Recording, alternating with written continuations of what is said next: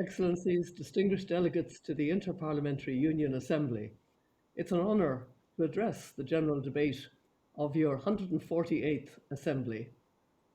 I'm speaking to you as Chair of the Elders, the group of independent global leaders founded by Nelson Mandela who work for peace, human rights, and a sustainable planet. I'm also speaking as a former UN High Commissioner for Human Rights, a former President of my own country, Ireland, and a former Senator. I served for 20 years in the upper house of the Irish Parliament, and in all these roles and all throughout my career, I've appreciated the opportunity to engage with the IPU. Parliaments play an indispensable role in building bridges for peace and understanding and consensus on how to tackle shared challenges. This role is particularly valuable today in an era of increasing social polarization and geopolitical tensions.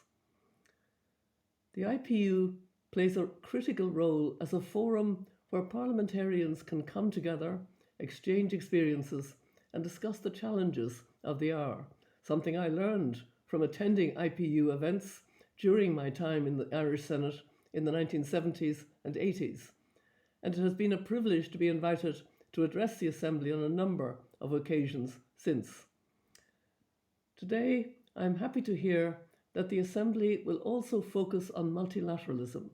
In this year, when the world is gathering at the upcoming Summit of the Future, convened by the UN Secretary General, to chart a new pathway forward for international cooperation. It's no exaggeration to say today that we are at a moment of crisis in multilateralism. Our world faces existential threats that can only be tackled collectively, from the climate and nature crisis and pandemics to nuclear weapons and the risks of unregulated artificial intelligence. But at precisely the moment when cooperation is critical, geopolitical tensions and confrontations are rising, and too much decision making is governed by short term, self interested calculations. While the COP28 summit in Dubai last December did make some progress, producing the first text that directly recognized the need to move away from fossil fuels, we remain in a climate and nature emergency.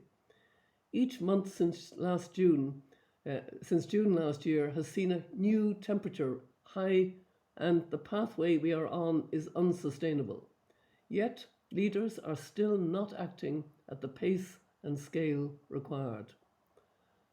We're 4 years on from the onset of COVID-19, a global pandemic that cost the lives of millions and exacerbated inequality between and within nations.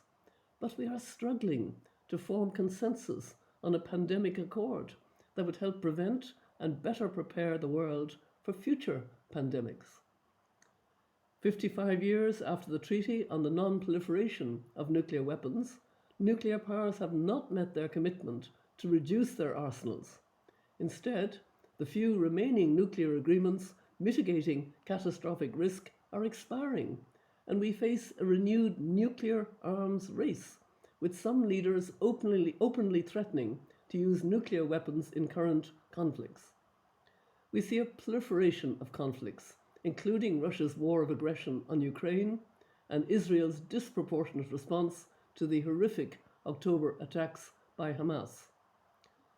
The multilateral international peace and security architecture, most notably the UN Security Council, appears completely ill-equipped to deal with these crises.